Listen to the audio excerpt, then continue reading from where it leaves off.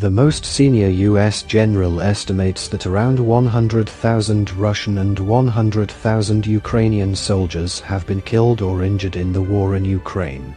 General Mark Milley, chairman of the U.S. Joint Chiefs of Staff, also suggested that around 40,000 civilians had died after being caught up in the conflict.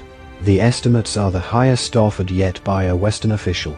But he observed that signs Kiev was willing to re-enter talks with Moscow offered a window for negotiations.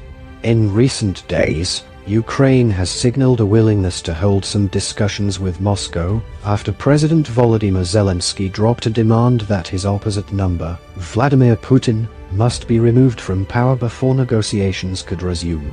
But speaking in New York, General Milley added that for any talks to be successful, both Russia and Ukraine would have to reach a mutual recognition that a wartime victory is maybe not achievable through military means, and therefore you need to turn to other means.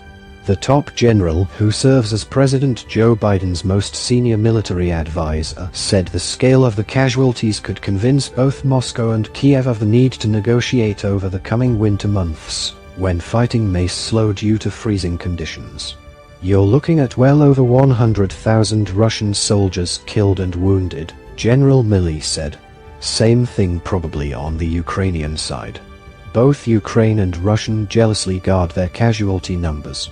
Moscow's last update in September, the first issued since March, said that just 5,937 troops had been killed since the start of the conflict, with Defense Minister Sergei Shoigu dismissing reports of a significantly higher death toll. There has been a tremendous amount of suffering, human suffering, said General Milley.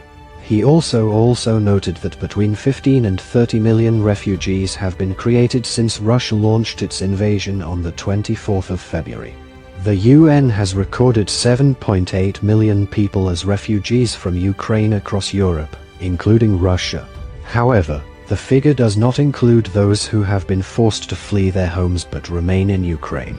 On Wednesday, Moscow announced its troops would start to withdraw from the key southern city of Kherson, the only major city to fall to Russian forces. General Milley said that while initial indicators suggested that a retreat had begun, he observed that Russia had amassed around 20 to 30,000 troops in the city, and the withdrawal could take several weeks. They made the public announcement they're doing it. I believe they're doing it in order to preserve their force to re-establish defensive lines south of the Dnieper River, but that remains to be seen, he said.